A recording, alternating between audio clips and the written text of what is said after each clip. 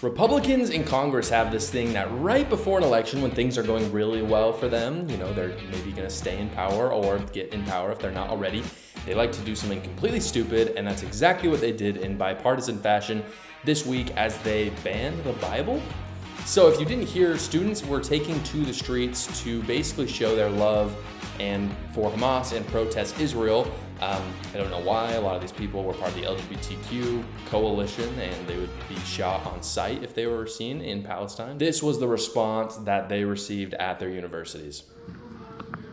Yes. Come this way. Come this way. We need you out of the way. Okay.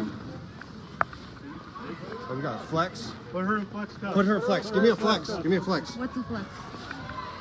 So what you see in reaction to this is that politicians, Republicans especially, because they were the ones that were literally trying to push this bill, they do largely reactionary things for absolutely no reason. Politics in the United States is not proactive. It's completely reactionary. And we're seeing that with things like immigration, for instance. You didn't see people that made it so that no illegal immigrants could come into our country. Instead, we waited until 30 million came in, and then we started talking about things we could do about it. Just talking, by the way. We didn't actually do something about it. And this is what happened in response to these anti-Semitic protests on campus. So basically, what happened was politicians wanted to pander to the masses. And so they came up with this bill where they expanded the definition of what anti-Semitism is. And this has really, really big consequences for the Bible, for instance. So Matt Gaetz, I'm going to pull this up on the screen. Matt Gaetz tweeted about this just a little bit sooner. And you can see right now, this is the House bill. It says it's going to provide the consideration of a definition of anti-Semitism as set forth by the International Holocaust Remembrance Alliance. And basically what that does is it just expands the definition. And Matt Gaetz, you can see his tweet on the right. He says, "This evening I'll vote against it. Anti-Semitism is wrong, but this legislation is written without regard for the Constitution, common sense, or even the common understanding of the meaning of words. The gospel itself could meet the definition of anti-Semitism under the terms of this bill." You can see later in the tweet, he basically says one of these examples includes claims of Jews killing Jesus.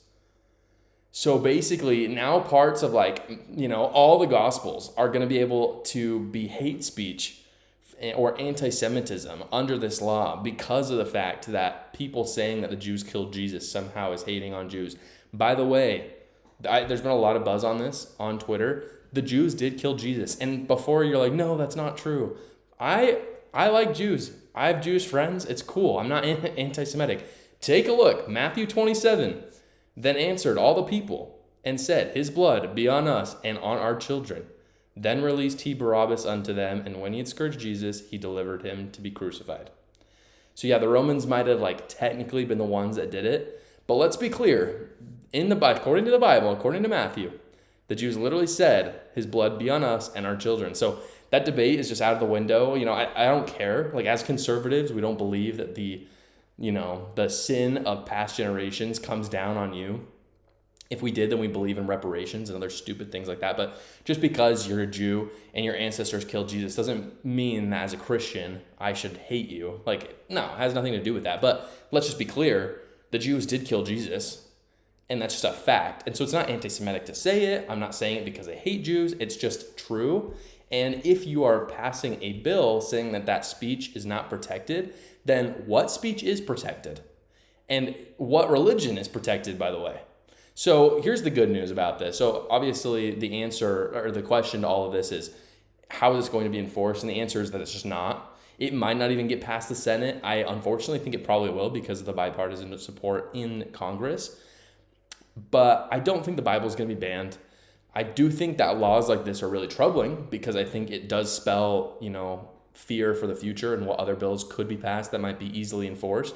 This one's not going to be a problem. And the fact of the matter is, the reason why is just because people won't stand for it right now. It's just not going to happen.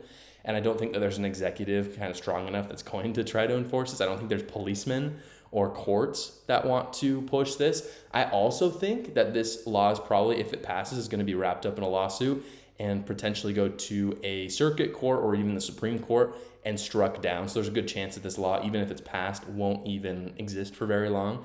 Regardless, though, it's crazy that any politician would try to do this. It's even crazier that Republicans are doing it. And it just shows how bad the Republican base is in Congress and how we need to completely clean house. Hopefully term limits, if that ever happens, could be the solution to that. But either way, it's really impossible to enforce this. I, for one, am never going to stop saying that Jews killed Jesus. Why? Because it's true. It's not something I go around just like saying every day. Like, it's not like I'm just walking up to Jews and being like, you're, great, something grandpa was part of the mob that killed Jesus. No, it's just truth. I'm not going to fold and just say something that's not true because it helps your feelings. If it hurts your feelings, I just don't care. I'm sorry, but truth, it matters more than your feelings. Facts don't care about your feelings. And I think most people are under that consensus. So for this reason, I just don't think the law is really going to stand, but it's concerning either way. As always, guys, thank you so much for watching this video. If you got a little bit of entertainment or value out of it, please go down below, subscribe, comment your thoughts on this bill if you think that it could really be enforced, if it's a concern to you, as well as like the video. We'll see you next time.